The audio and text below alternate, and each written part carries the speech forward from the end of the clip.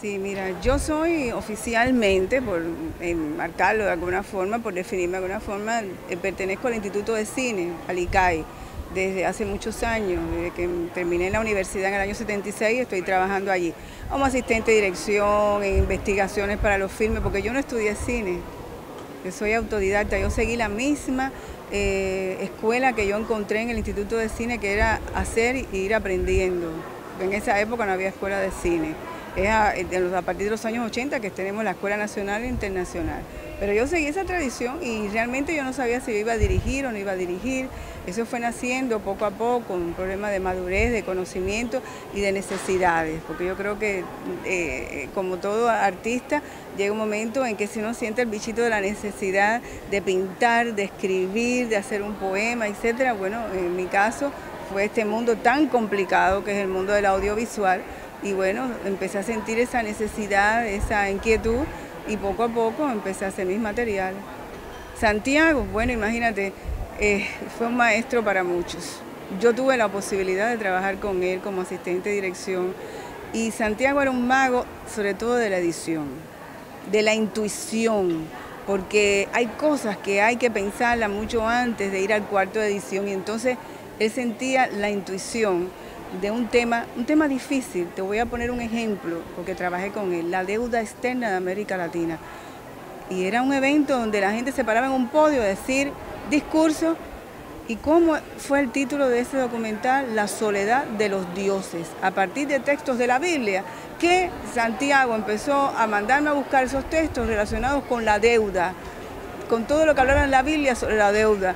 Y a partir de ahí él elaboró un guión hablando de cómo los dioses habían quedado solos porque no habían atendido las deudas de los humanos, pero todo eso a partir de los discursos de políticos, de militares, de personalidades, de jefes de Estado. Era impresionante cómo él pudo lograr un lenguaje utilizando incluso, bueno, muy buena música y la plástica del muralismo mexicano.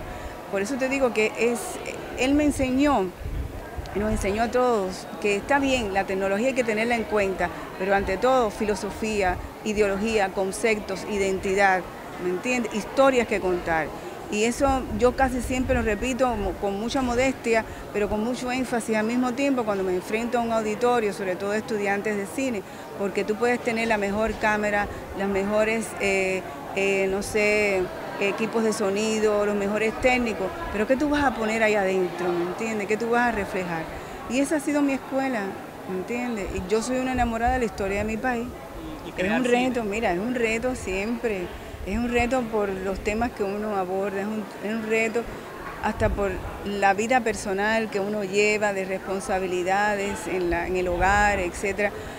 Pero yo pienso que tenemos la misma capacidad, los mismos deseos, las mismas intuiciones y las posibilidades. Tiene uno que arrancarse a la vida, nada la vida te lo pone ahí así facilito. Tú tienes que trabajar y elaborar y luchar mucho, porque además en el caso mío, trabajando estos temas afro, claro que existió y todavía existe algunas veces, si resuena muy fuerte la palabra rechazo, incomprensión o no es necesario.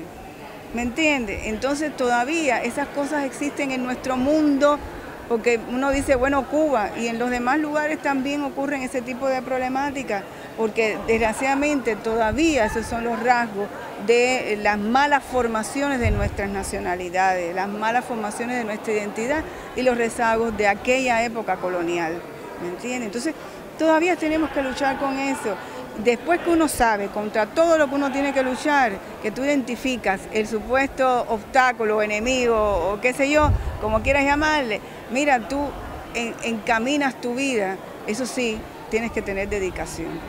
Hay que tener una gran dedicación y eso es lo que yo he hecho. Yo no es que sea ni muy inteligente ni muy importante, esos calificativos los dejaré a la historia si me quieren pasar a la historia. Pero yo, mi vida, la tengo dedicada a eso.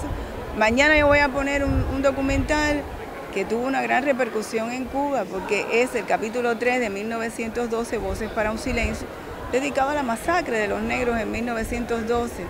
¿Por qué el silencio? ¿Por qué esa masacre? ¿Por qué los negros necesitaron un partido político en Cuba temprano en los inicios del siglo XX?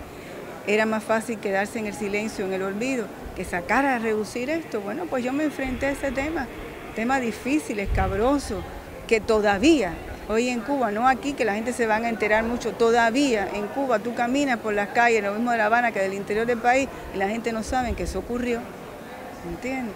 Entonces, mujer negra y sacando a relucir estas historias, uno se convierte, no en un bicho raro, pero sí sabes que estás asumiendo una gran responsabilidad. Y yo me siento eso, una persona con responsabilidad. La última pregunta sería, ¿qué representa su cine? ¿Qué representa su documental, su trabajo audiovisual? ¿Qué representa? Cuba, Cuba, mi país, que es mi gran amor, y mi familia. Es lo que te puedo decir. Muchísimas gracias. Nada.